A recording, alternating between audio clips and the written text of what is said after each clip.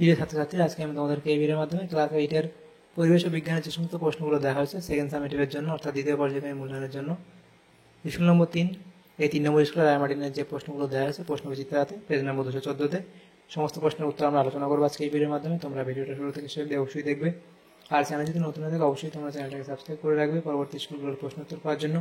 এবং এর আগের যে স্কুলগুলো ছিল 1 নম্বর এবং 2 নম্বর, সেই স্কুলগুলো আমরা সমস্ত প্রশ্নের উত্তর আলোচনা করে দিয়েছি, তোমরা প্লেলিস্ট থেকে সেগুলো পেয়ে যাবে। অবশ্যই সেই প্রশ্ন উত্তরগুলো তোমরা সেখান থেকে দেখে নিও। এবং আজকে আমরা আলোচনা করবো এই 3 নম্বর স্কুলের প্রশ্ন উত্তরগুলো। তো এই যে আমরা প্রশ্ন উত্তরগুলো আলোচনা করবো, এগুলো যে পিডিএফ তোমরা পরবর্তীতে আমাদের টেলিগ্রাম চ্যানেল থেকে পেয়ে যাবে। ডেসক্রিপশনে আমাদের টেলিগ্রাম চ্যানেল লিঙ্ক দেওয়া আছে, সেখান থেকে যুক্ত হতে পারো তোমরা। 3 নম্বর যে স্কুল, সেখানে দেখো বলা আছে ফিজিক্যাল সায়েন্সের প্রশ্ন দেওয়া আছে, 12টা প্রশ্ন আছে, 1 নম্বর করে 12 নম্বর দেওয়া আছে এখানে।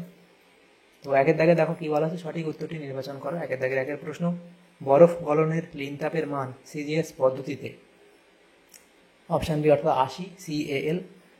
এরপরে প্রশ্ন, সূর্য থেকে পৃথিবীতে তাপ আসে বিকিরণ পদ্ধতিতে অপশান ডি। এরপরে আছে জৈব অনুঘটক বা উৎসেচকগুলি সাধারণত প্রোটিন অর্থাৎ অপশান বি, প্রোটিন জাতীয় যৌগ। এরপরে প্রশ্ন, তাপমোচী বিক্রিয়ায় উষ্ণতা, তাপমোচী বিক্রিয়ায় উষ্ণতা কি হয়? এটা উষ্ণতা বাড়ে।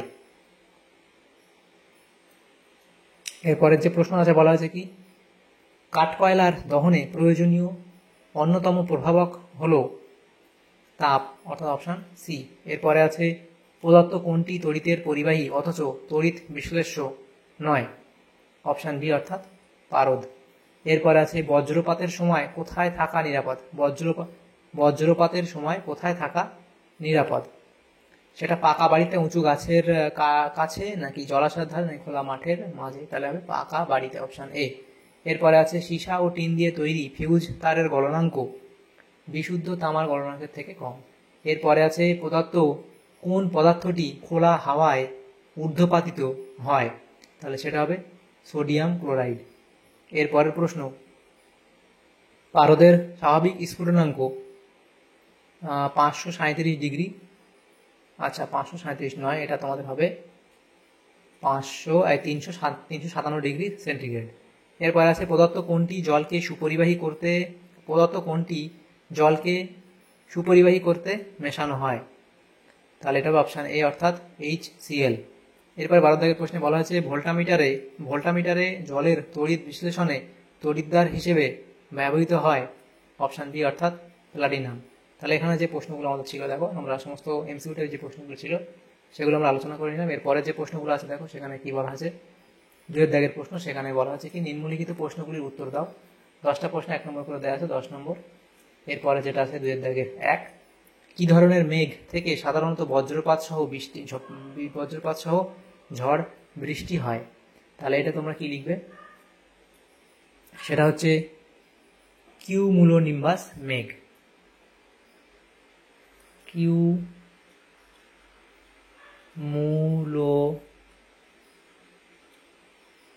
কিউমুলোনিম্বাস মেঘ। এরপরে আছে জারণ ও বিজারণ বিক্রিয়ার একটি প্রাকৃতিক উদাহরণ দাও। লোহার মরিচা পড়া। লিখবে লোহার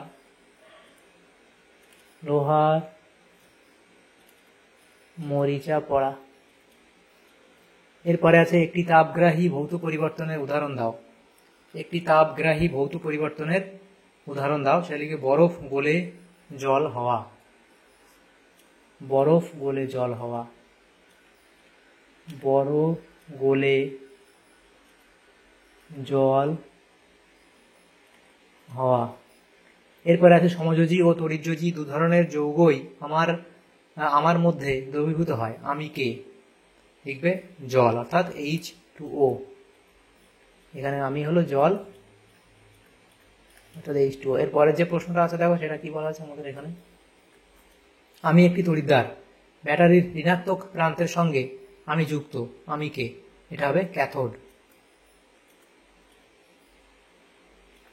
এরপরে আছে, এটা হলো ক্যাথোড। এরপরে যেটা বলা আছে কি,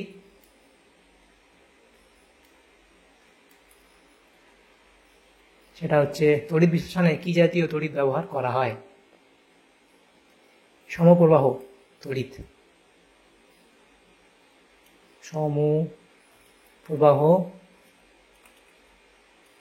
তড়িৎ। এরপরে প্রশ্ন, উনুনের পাশে দাঁড়ালে গরম লাগে, এই ক্ষেত্রে তাপ কোন পদ্ধতিতে আসে? তাহলে এটা হবে তোমাদের বিকিরণ পদ্ধতিতে। বিকিরণ বিকিরণ পদ্ধতি বিকিরণ পদ্ধতিতে। এরপরে আছে এসআইতে আপেক্ষিক তাপের একক কি?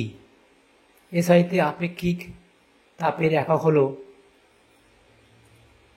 Joule per kilogram. তরল অবস্থায় কারা তড়িৎ পরিবহন করে? তাহলে তরল অবস্থায় কারা তড়িৎ পরিবহন করে? এটা হবে অ্যানায়ন ও ক্যাটায়ন। অ্যানায়ন ও ক্যাটায়ন। এরপরে Cu2+ আয়ন কোন তড়িৎদ্বারে মুক্ত হয়? এটা হবে ক্যাথোডে। এখানে এই প্রশ্নগুলো ছিল। তো এই 8 দাগে এইটা ঠিক করে নিও, এই জায়গাটা। এর আপেক্ষিক তাপের এসআই একক, এসআইতে আপেক্ষিক তাপের একক। তো লিখবে কি? Joule into KG inverse into k inverse. এরপরের যে প্রশ্নগুলো আছে দেখো, সেখানে কি বলা আছে আমাদের? 3 দাগের প্রশ্ন। নিচের প্রশ্নগুলি সংক্ষিপ্ত উত্তর দাও। এই প্রশ্নগুলো দেখো, 2 নম্বর করে দেওয়া আছে, 10 নম্বর এগুলো আছে। তারপর 4 দাগের প্রশ্ন আছে 3 নম্বর করে। তো প্রথম দেখো 3 দাগের 1 প্রশ্ন, শীতকালে আমরা উলের পোশাক পরি কেন?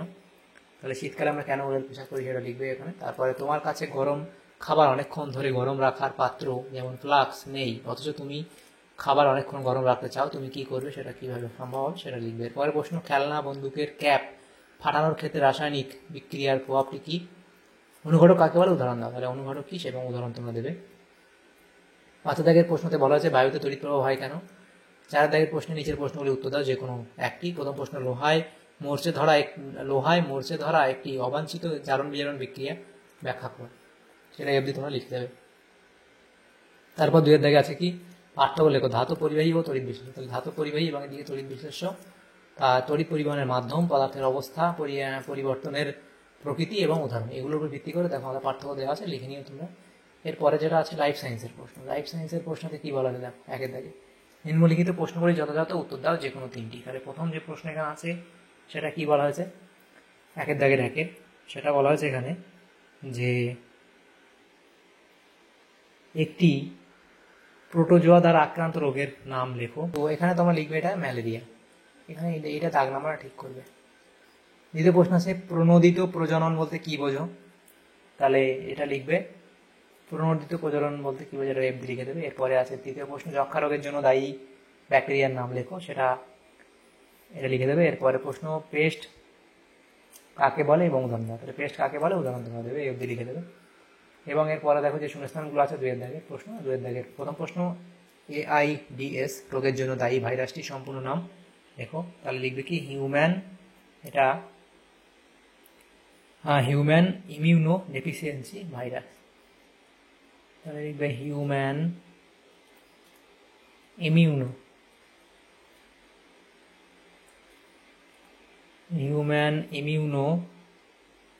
ডেফিসিয়েন্সি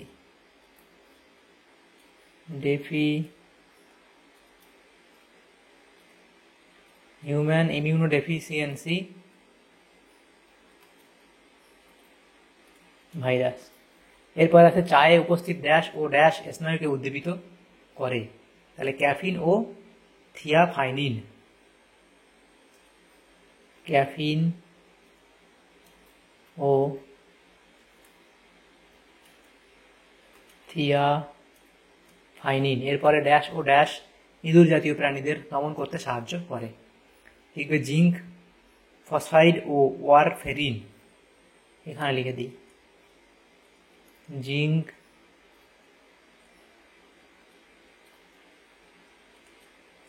ফসফাইড ও ওয়ারফেরিন।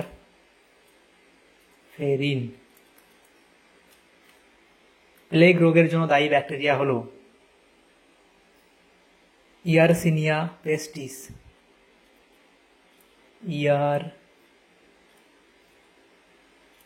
ইয়ারসিনিয়া পেস্টিস। এরপরে ড্যাশ ও ড্যাশ হলো দুটি বহিরাগত কার্পের উদাহরণ। লিখবে সিলভার কার্প, সিলভার কার্প ও গ্রাস কার্প। শূন্যস্থানগুলো হলো। এরপরে যে প্রশ্নগুলো আছে দেখো, সেটা বলা আছে তিনের দাগের প্রশ্ন, নিম্নলিখিত প্রশ্ন যথাযথ উত্তর দাও। প্রথম প্রশ্ন, রানী, পুরুষ ও শ্রমিক মৌমাছি একটি করে কাজ লেখো। রানী মৌমাছির কাজ, শ্রমিক এইখানে পুরুষ মৌমাছির কাজ এবং শ্রমিক মৌমাছির কাজ লিখবে। এরপরের প্রশ্ন, কোন ধরনের উদ্ভিদ চাষ করলে মাটিতে নাইট্রোজেন বেড়ে যায় এবং কেন, তাহলে এটা লিখবে। এরপরের প্রশ্ন, তিনের দাগের প্রশ্ন ছিল মেজর কার্প ও মাইনর কার্প। মেজর কার্প এবং মাইনর কার্পের মধ্যে পার্থক্য।